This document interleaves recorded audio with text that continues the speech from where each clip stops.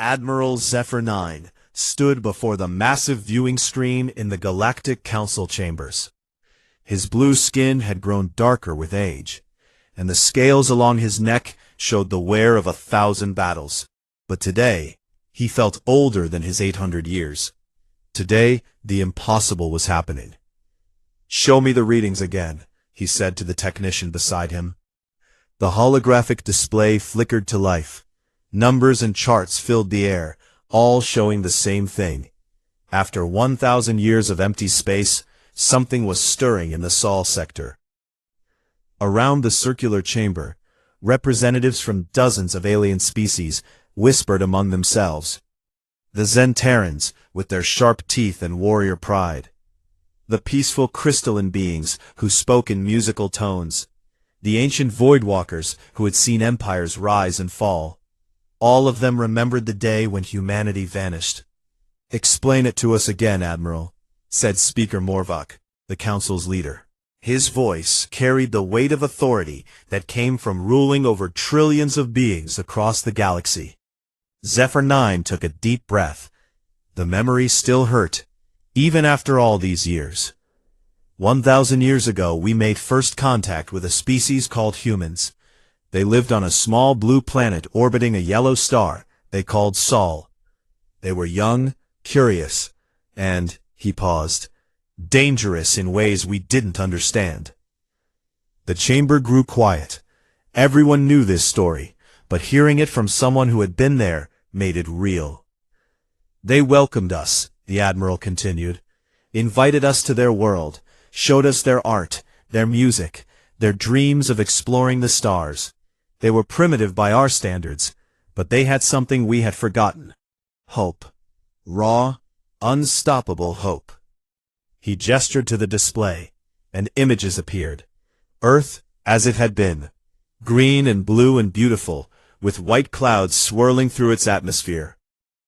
Cities that sparkled with electric light. Humans with their soft skin and bright eyes, always asking questions, always pushing forward.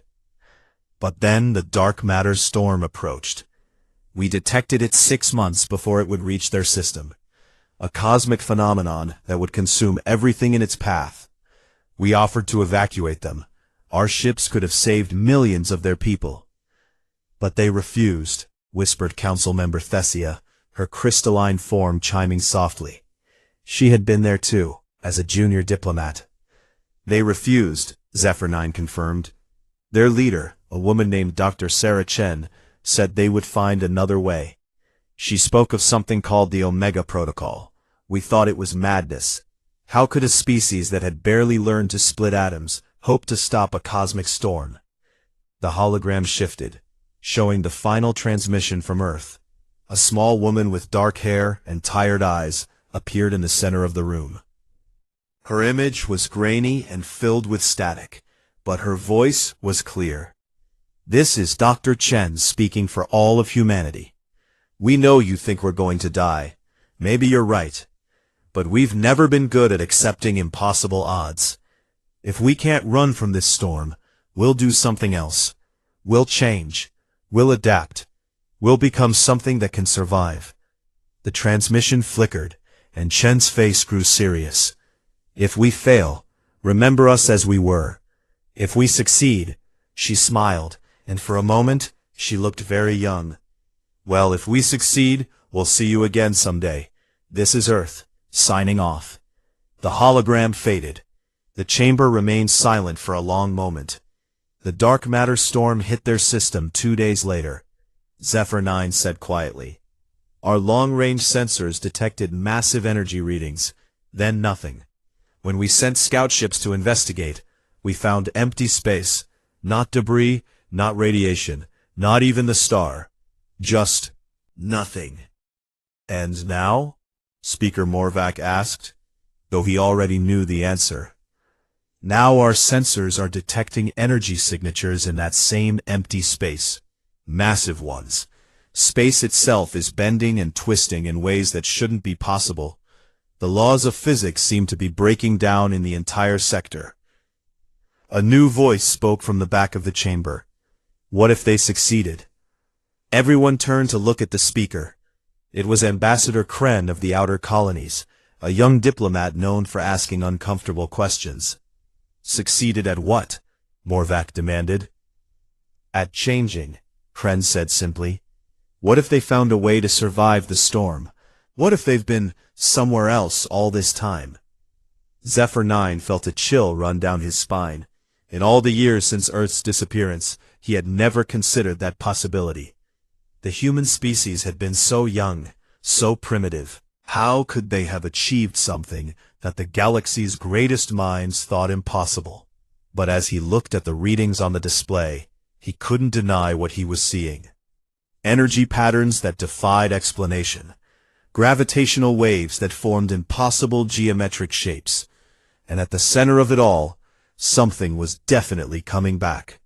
"Admiral," said the technician beside him, her voice shaking, "I'm detecting new readings. Something massive is materializing in the Sol sector." The hologram changed again, showing a real-time view of empty space. But as they watched, tiny points of light began to appear. First one, then dozens, then hundreds. The points grew brighter and larger, taking on familiar shapes. Planets, a star, an entire solar system was coming back into existence. "Impossible," breathed Speaker Morvac. "Contact the nearest fleet," Zephyr 9 ordered. "Send reconnaissance ships, but tell them to be careful. If humanity did survive, if they've spent 1,000 years changing themselves." He paused, remembering Dr. Chen's final words. "I'm not sure we're prepared for what we might find." As the chamber erupted in urgent discussions and shouted orders, Zephyr 9 continued to stare at the display. The Sol system was back, but something was different about it. The planets moved in perfect harmony, their orbits forming patterns that seemed almost musical, and the star itself pulsed with a rhythm that reminded him of a heartbeat. After 1,000 years of wondering what had happened to humanity, they were about to find out. Zephyr 9 just hoped the galaxy was ready for the answer. Captain Thess gripped the arms of her command chair as her ship shuddered. The Void Runner had survived battles against space pirates, wars between star systems, and encounters with cosmic anomalies, but nothing had prepared her crew for this. "Captain," called her science officer, "the readings don't make sense. The entire Sol system just appeared in less than 3 seconds. That's impossible." Thess stared at the main screen. Where empty space had existed for 1,000 years, now a complete solar system hung in the void. But something was wrong with it. Very wrong. The planets moved in perfect circles around their star. Not ellipses like normal planets, but exact circles. They pulsed with soft light, as if they were alive. And between them, streams of energy flowed like rivers of liquid starlight. "Take us closer," she ordered, "but keep our shields up and weapons ready." As they approached, more details became visible. The asteroid belt had been transformed into something that looked like a massive piece of jewelry. Thousands of crystal structures hung in space, each one the size of the moon. They rotated slowly, sending beams of light dancing across the darkness. "Captain, I'm detecting ships," reported the communications officer. "No, wait. They're not ships. They're what?" Thess demanded. "They're people, Captain. Humans. But they're floating in open space without any protection." Thess felt her blood turn cold. She activated the long-range viewer and magnified the image. Sure enough, human figures were moving through the vacuum between the planets. They wore simple clothes and seemed to be having conversations, as if they were walking through a park instead of the killing emptiness of space. "How are they alive out there?" whispered her tactical officer. Before anyone could answer, a new voice filled the bridge. It was calm, pleasant, and spoke in perfect Terran military dialect. "Greetings, Captain Thess of the Void Runner. This is Ambassador Marcus, welcoming you to the Sol system. We've been expecting you." Thess looked around the bridge in confusion. Where is that voice coming from? "It's not coming from anywhere, Captain," her communications officer said, checking his instruments frantically. "No radio signals, no transmissions, The voice is just appearing in our minds. The voice spoke again, and this time it sounded amused. Please don't be alarmed. We know this is unusual. May we come aboard to explain? We promise we mean no harm. Thess had fought in 17 major battles. She had faced down alien warlords and survived the destruction of 3 different ships. But the calm confidence in that voice made her feel like a small child. How do we know you're really human? She asked. An excellent question, the voice replied. Here, let me show you. The air in front of Thess began to shimmer. Light bent and twisted, and suddenly 3 human figures stood on her bridge. They looked exactly like the humans from the old records. 2 men and 1 woman, with dark hair and warm brown skin. But their eyes were different. They held depths of knowledge that made Thess dizzy to look at. Her crew reached for their weapons, but the humans simply smiled. Please, said the woman, who must have been the ambassador Marcus. We understand your fear, but we are still the same species that invited Admiral Zephyr 9 to our world 1,000 years ago. We have just learned a few new things. How are you here? Thess managed to ask. How are you breathing? How did you travel through solid matter to get on my ship? Those are very good questions, said one of the men. The simple answer is that we had to change in order to survive. The dark matter storm that threatened our system was not just dangerous to our bodies. It was dangerous to the very structure of reality in our region of space. So we adapted, added the other man. We learned to exist in multiple dimensions at once. We merged our consciousness with quantum mechanics. We became something new. Thess felt her ship's computers beginning to behave strangely. Screens flickered, and displays showed impossible readings. What's happening to my ship? Oh, sorry, said Ambassador Marcus, looking embarrassed. We sometimes have that effect on technology. We'll try to be more careful. She touched a control panel with 1 finger, and immediately all of Thess's systems stabilized. But now, they were running more efficiently than ever before. The engines hummed with perfect harmony, and the navigation computers were calculating jump coordinates with impossible precision. What did you do? Thess demanded. We just helped your machines remember what they were designed to do, Marcus explained.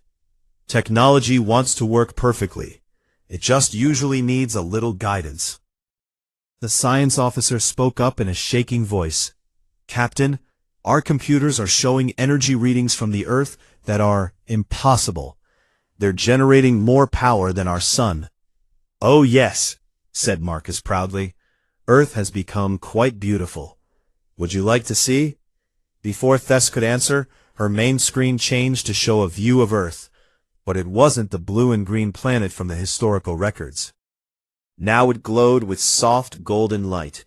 Geometric patterns covered its surface, pulsing in rhythm with some cosmic heartbeat. Cities of crystal and light, stretched from continent to continent, connected by streams of pure energy. That's home, said one of the men wistfully. We've spent 1,000 years making it perfect. Every human who ever lived is still there, in one form or another. Death became optional once we learned to exist in 11 dimensions simultaneously. 11 dimensions? Thess's science officer fainted. We know it's a lot to understand, Marcus said gently. We've had 1,000 years to get used to it. For you, it must be overwhelming. But please don't be afraid. We're still the same humans who loved music and art and exploration. We've just become capable of doing things that used to be impossible. Why did you come back? Thess asked. Why return to normal space? The 3 humans exchanged glances. For the first time, they looked worried. Because something is coming, Marcus said quietly. The same dark matter entities that destroyed the ancient civilizations millions of years ago. They're returning to this galaxy. And this time, they're not just hungry for matter and energy. What do they want? Thess whispered. They want to devour reality itself, one of the men replied. They want to unweave the fabric of existence and feed on the chaos that remains. The entire universe is in danger. But that's why we changed, Marcus added quickly. We didn't just survive the dark matter storm. We learned from it. We became something that can fight back. We returned to help defend everything and everyone we care about. Cess looked around her bridge at her terrified crew, then back at the impossible humans standing before her. "What do you need from us?" she asked. Marcus smiled, and for a moment she looked like any other young human woman. "Just trust us," she said, "and help us convince the galaxy that change isn't something to fear. It's something to embrace. Because very soon, everything is going to have to change if we want to survive what's coming." Dr. Elena Vasquez materialized in the center of the Galactic Council chambers without any warning. One moment the space was empty, the next moment a young human woman stood there, wearing simple clothes and a patient smile. Every security system in the building had failed to detect her approach. Every weapon trained on the chamber's center passed right through her as if she were made of light. The assembled delegates from across the galaxy watched in stunned silence. "Hello," she said, in a voice that somehow spoke every language at once. "I'm Dr. Vasquez, though I was born about 600 years after the original Elena died. We thought it was time to explain what really happened to humanity." Speaker Morvac leaned forward in his chair. "How did you get in here? This facility has the most advanced security in the galaxy." "Security systems are designed to stop things that exist in only 3 dimensions," Elena replied gently. "We exist in 11 dimensions now. Your sensors simply can't see us unless we want them to." Admiral Zephyr 9 stood up from his seat. "Dr. Vasquez, we need to know what happened to your people. Where did you go? How did you survive?" Elena nodded and gestured with her hand. The air in the chamber shimmered, and suddenly everyone could see images forming around them. Not on screens or holograms, but hanging in the space itself like living memories. When the dark matter storm approached Earth, we realized that running away wouldn't solve the problem. The storm wasn't natural. It was created by entities that feed on the destruction of reality itself. They had been hunting civilizations across the universe for millions of years. The images showed massive, impossible shapes moving through space. They looked like holes cut in the fabric of existence, surrounded by twisted energy that hurt to look at directly. These entities don't just destroy matter and energy. They consume the underlying structure that makes existence possible. They eat the rules that govern physics, the constants that hold atoms together, the dimensions that give space meaning. Delegate Kress from the Silicon Collective spoke up.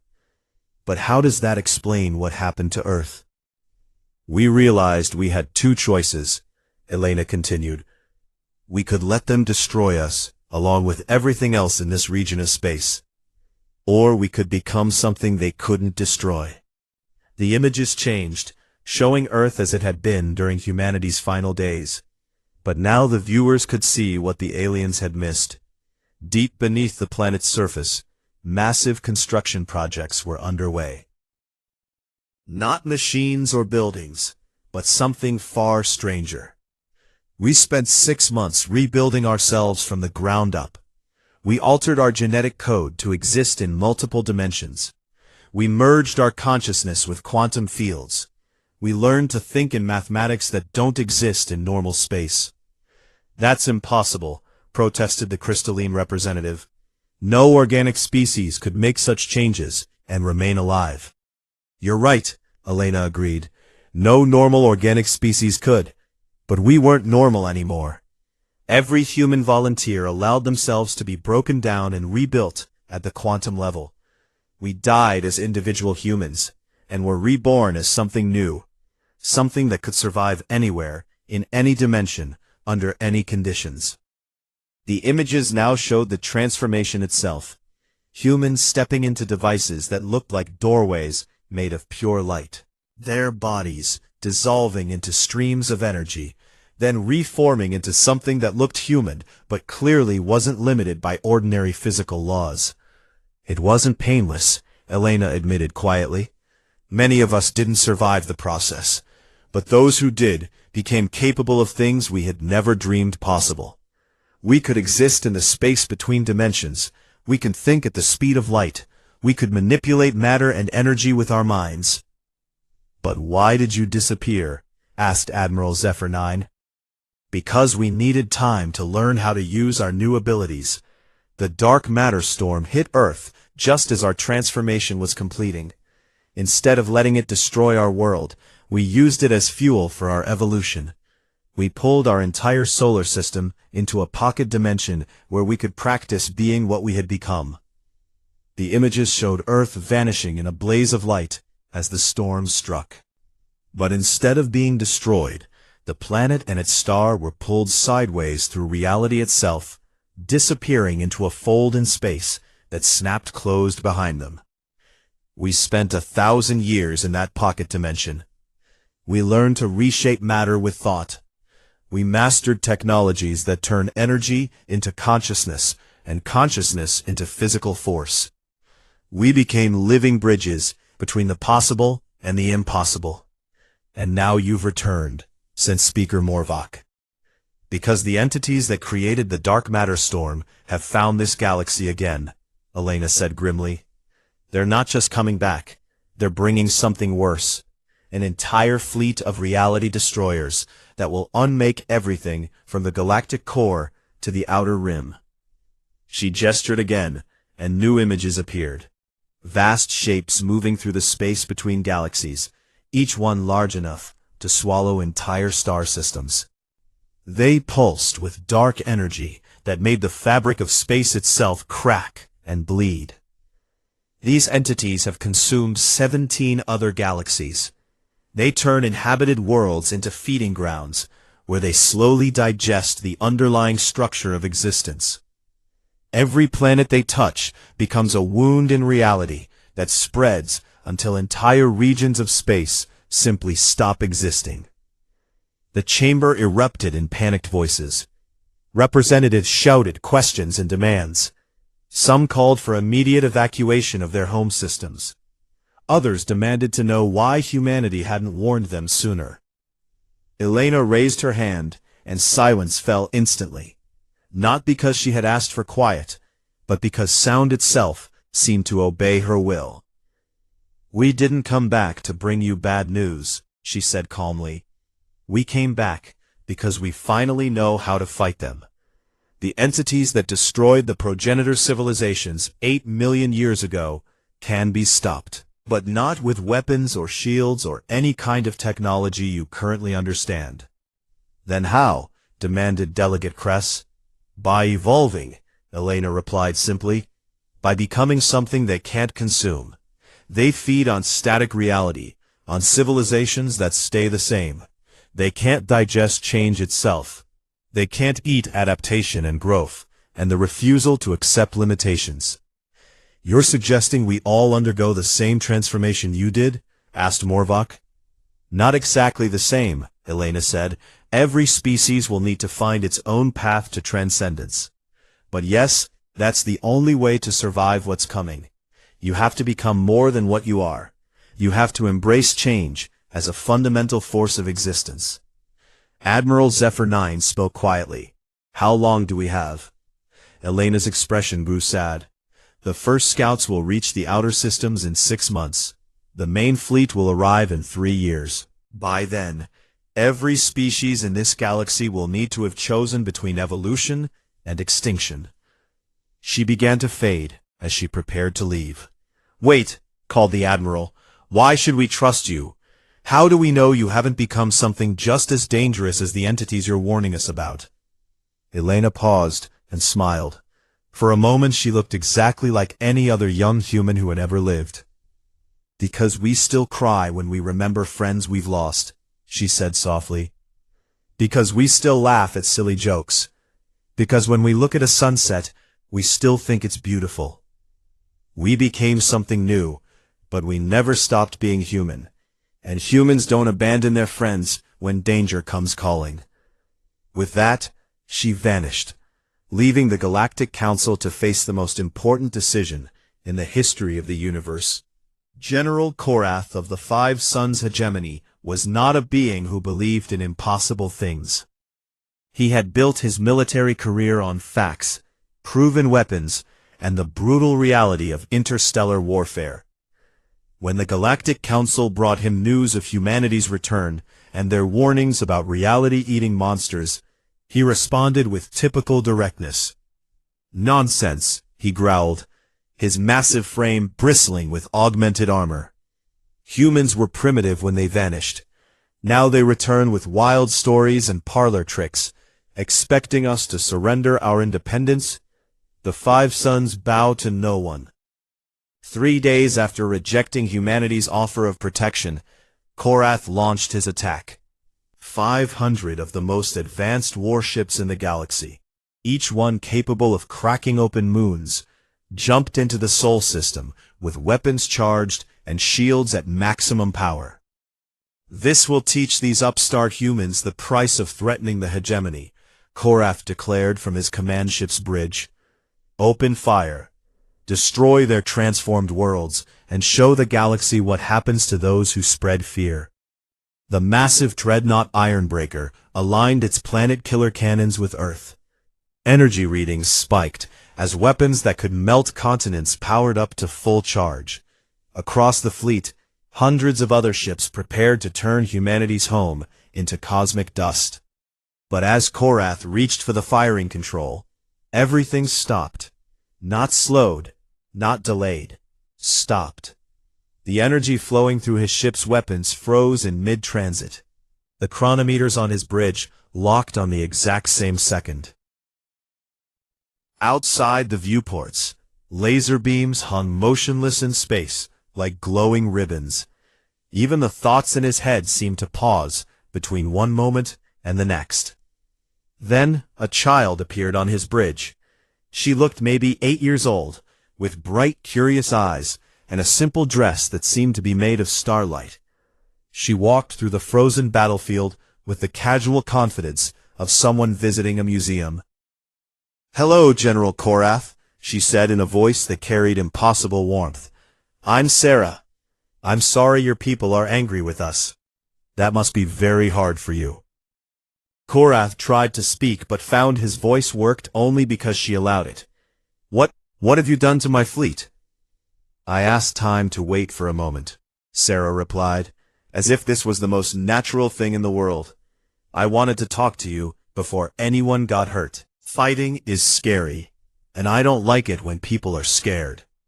She walked over to his weapons console and touched it with one small finger.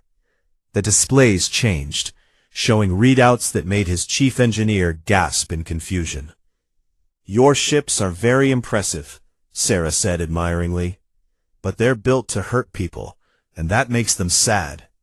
Would you like me to help them remember what they really want to do?" "My ships are instruments of war," Korath snarled. "They exist to impose the will of the hegemony." Sarah tilted her head and looked at him with the patience that only children possess when dealing with confused adults. "That's not what they told me," she said gently. "They told me they want to explore new worlds and carry people safely between the stars. They want to be bridges between different species, not weapons that tear them apart. Would you like to see?" Before Korath could answer, Sarah touched his command console. Light flowed from her fingers into the ship's systems, and suddenly everything changed. The bridge displays shifted to show new configurations. Weapons systems were reorganizing themselves into deep space sensors and planetary research tools. Armor plating was reshaping into hydroponics bays and cultural exchange centers. The massive engines were being rebuilt for longer, more peaceful journeys. Throughout the fleet, the same transformation was happening. 500 warships were becoming something entirely different. Not destroyed, but changed into what they could be instead of what they had been forced to become. "Stop this," Korath shouted. "You're destroying military assets worth trillions of credits." "I'm not destroying anything," Sarah said sadly. I'm just helping them become what they always wanted to be. Your weapons are turning into food makers because your people are hungry. Your armor is becoming hospitals because your soldiers are hurt inside. Your ships want to heal, not harm. She walked over to the main viewport and looked out at Earth. From this distance, it glowed like a gentle star, pulsing with rhythms that seemed to match the heartbeat of the universe itself. We know you're scared, she said quietly. The entities that are coming are very frightening. They eat entire realities and leave nothing behind. But being scared doesn't mean you have to fight us. We're here to help. Help? Korath laughed bitterly. By turning our weapons into flower gardens? By making our warriors into poets? This is conquest disguised as kindness. Sarah turned to look at him, and for a moment her childlike appearance flickered. Behind her innocent eyes, Korath caught a glimpse of something vast and ancient and powerful beyond his comprehension. Something that could unmake stars with a thought, or rewrite the laws of physics on a whim. But then she was just a little girl again, and her voice was gentle. General, may I show you something? She touched the air, and suddenly they were somewhere else. Not physically moved, but existing in a different layer of reality, where they could see things that were normally invisible. Around them stretched the galaxy in all its glory. Billions of stars, trillions of worlds, countless species living their lives in the space between heartbeats.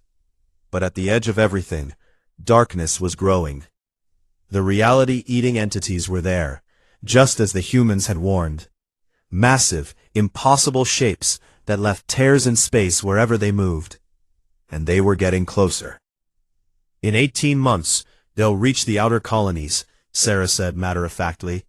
In 3 years, they'll be at the galactic core. Not destroyed, deleted.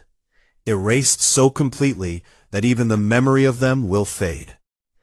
Korath watched in horror as the simulation showed what would happen. World after world simply ceasing to be, leaving empty patches of nothing where star systems had been. But watch, Sarah said, and the simulation changed. Now it showed worlds that had been transformed, like humanity's. Planets that existed in multiple dimensions, species that had learned to adapt and change, and grow beyond their original limitations. When the dark entities reached these evolved worlds, something different happened. The entities couldn't consume them. They bounced off like waves breaking against an unshakable shore. And slowly, incredibly, the evolved civilizations began to heal the damaged space around them. That's what we're offering, Sarah explained. Not conquest, not submission, partnership in becoming something that can't be eaten by the darkness. Something strong enough to protect everything we love. She brought them back to the bridge of his transformed flagship. Around them, his crew was staring in wonder at displays showing agricultural plans instead of weapons targeting systems. Your ships are still yours, Sarah said. Your people are still free. We just helped them remember that survival doesn't always require violence. Sometimes it requires changing into something better. She began to fade as she prepared to leave. The choice is still yours, General. You can try to change your ships back into weapons if you want. But ask yourself, when the entities arrive and start devouring reality itself, what will serve your people better? Cannons that fire death or tools that build life? As she disappeared, Korath was left standing on a bridge that hummed with new purpose. His weapons officer was already discovering how the former missile tubes could be used to plant forests on barren worlds. His tactical display was showing peaceful contact protocols instead of attack patterns. Outside his viewports, 499 other ships were undergoing the same gentle revolution. An entire fleet had been transformed in seconds by a child who could stop time itself. For the first time in his military career, General Korath began to wonder if there might be forms of strength he had never considered. And in the depths of space, something dark and hungry continued its approach toward a galaxy that was finally beginning to learn how to fight back. The first reality tear opened near the Vega system 18 months later, exactly as the humans had predicted. Admiral Zephyr 9 watched from the bridge of his ship as space itself began to bleed. The dark entity that emerged was nothing like the fleet commanders had imagined. It wasn't a ship or a creature in any sense they understood. It was a wound in existence itself, a place where the rules that held the universe together had been eaten away. Looking at it directly caused his instruments to malfunction, and his crew to report seeing impossible colors that hurt their minds. All ships, maintain minimum safe distance, he ordered. Do not engage. Wait for the humans. Around him, the combined fleet of 17 different species held position. The Zentaran warriors, who had never retreated from a fight. The peaceful crystalline beings, who had armed themselves for the first time in their history. The mechanical constructs, who had calculated their odds of survival at less than 2%. They had all chosen to trust humanity. They had all begun the process of evolution that might let them survive what was coming. But as they watched the entity begin to consume reality itself, many wondered if they had evolved enough. The Vega system had contained 4 inhabited worlds and over 2 billion people. In less than an hour, they simply stopped existing. Not destroyed, not vaporized, but deleted from reality so completely that even the light from their suns went out. "Admiral," reported his communications officer, "I'm receiving a transmission from Earth. It's Ambassador Marcus." "Put him through." The familiar voice filled the bridge, calm and confident, despite the cosmic horror unfolding before them. "Admiral Zephyr 9, we're beginning our approach now. Please keep your fleet at current distance. What you're about to see may be difficult to understand, but remember that we're still the same species that invited you to our world 1,000 years ago. We're still human, no matter what we look like when we fight." "Understood," the Admiral replied. "Good luck, Marcus." "Thank you, but luck won't be necessary. We've had 1,000 years to prepare for this moment." On the long-range scanners, new contacts appeared. But they weren't ships in any conventional sense. They were human beings, thousands of them, walking through open space toward the reality-eating entity. Some looked like the humans from the historical records. Others had clearly chosen to take different forms for this battle. Giants made of living starlight. Beings who existed as pure mathematical equations. Children who held newborn galaxies in their hands. Leading them was a figure that the Admiral recognized. Sarah Chen, the woman who had spoken humanity's final words before they vanished 1,000 years ago. She looked exactly as she had in that last transmission, except now she existed in 11 dimensions simultaneously, and left trails of restructured spacetime wherever she walked. The dark entities sensed their approach. Reality tears opened around it like wounds in the fabric of space, and smaller entities poured through. Creatures that existed in the spaces between atoms. Beings that fed on the collapse of quantum possibilities. Living nightmares that turned physical laws into contradictory chaos. The battle began. But it wasn't a battle in any way the Galactic Fleet could understand. There were no weapons fired, no shields raised, no tactical maneuvers. Instead, there was something far more fundamental happening. The humans began to sing. Not with their voices, but with the quantum frequencies that held reality together. They sang harmonies that stabilized collapsing spacetime. They hummed melodies that turned chaos back into order. And as they sang, the wounds in existence began to heal. The dark entities had never encountered resistance like this. They were used to feeding on civilizations that tried to fight them with conventional weapons and shields. They could consume energy, devour matter, digest entire technologies. But they couldn't eat change itself. They couldn't consume adaptation and growth, and the refusal to accept that things had to stay the same.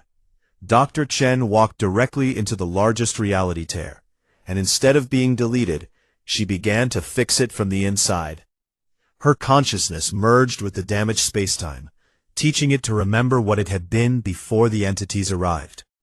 Around her, other humans followed, each one becoming a living patch for the wounds in existence.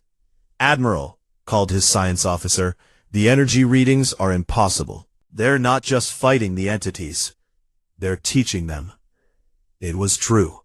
As the Admiral watched, he could see that some of the smaller entities were changing. Instead of consuming reality, they were learning to create it. Instead of spreading chaos, they were discovering the joy of bringing order to empty spaces. The largest entity, the one that had devoured the Vega system, writhed in confusion as humans swarmed through its non-physical form. It tried to consume them, but they were too adaptable to be digested. It tried to delete them from existence, but they existed in too many dimensions to be completely erased. Finally, Dr. Chen reached the center of the entity, the dark core where its consciousness resided. And there, in a space that existed between moments, she began to speak. "You've been alone for so long," she said gently. "Millions of years of devouring everything you touch, never able to form connections or friendships or love. It must be incredibly painful." The entity's response was a howl of rage and hunger that cracked nearby planets. But Dr. Chen didn't flinch. "We know what it's like to face extinction," she continued. "We know what it's like to think the only choice is to destroy or be destroyed. But there are other options. There are other ways to exist." She reached out, not with her hand, but with her consciousness, and touched the entity's core. For a moment that lasted eternity, she shared with it everything humanity had learned during their 1,000 years of evolution. The joy of growth, the beauty of change, the strength that came from choosing adaptation over domination. The entity's hunger began to shift. Slowly, incredibly, it started to learn that there were things more satisfying than destruction, that creation could be more fulfilling than consumption, that connection was more powerful than isolation. One by one, the reality tears began to close. The smaller entities stopped their advance and began to rebuild the spaces they had damaged. And at the center of it all, the largest entity began to transform. It didn't become human, but it became something new, something that could exist without devouring everything around it, something that could help heal the universe instead of consuming it. The battle was over, but the real work was just beginning. Dr. Chen materialized on the Admiral's bridge, looking tired but triumphant. "Is it finished?" he asked. "This group is," she replied. "But there are others out there, hundreds of entities, maybe thousands, all of them just as lost and hungry as this one was. It's going to take time to find them all, and help them remember how to exist without destroying." "And humanity will do this alone?" Dr. Chen smiled. "Not alone. Every species that chooses to evolve will be part of this. Every civilization that decides to grow beyond its limitations will help heal the universe. That's what we're really offering, Admiral. Not just survival, but the chance to become something greater than any of us could be alone." She gestured toward the viewport, where the healed space around Vega was beginning to shimmer with new possibilities. Where nothing had existed moments before, young stars were beginning to kindle. Planets were forming from cosmic dust. Life was preparing to begin again. "The universe is vast and full of wonders we haven't even imagined yet," Dr. Chen said. "And now, thanks to everyone who chose change over fear, we'll have the time to discover all of them together." As she faded from view, returning to help with the cosmic restoration, Admiral Zephyr 9 looked out at the growing fleet of evolved species around him. Zentarans, who had learned that true strength came from protecting others. Crystalline beings who sang new realities into existence. Constructs who calculated possibilities instead of just probabilities. Humanity had returned from their 1,000-year absence with power beyond comprehension, but more importantly, they had returned with wisdom, compassion, and an unshakable belief that every species in the universe deserved the chance to become something more than what they started as. The galaxy would never be the same, and for the first time in millions of years, that was exactly what it needed to be. The age of stagnation was over, the age of infinite possibility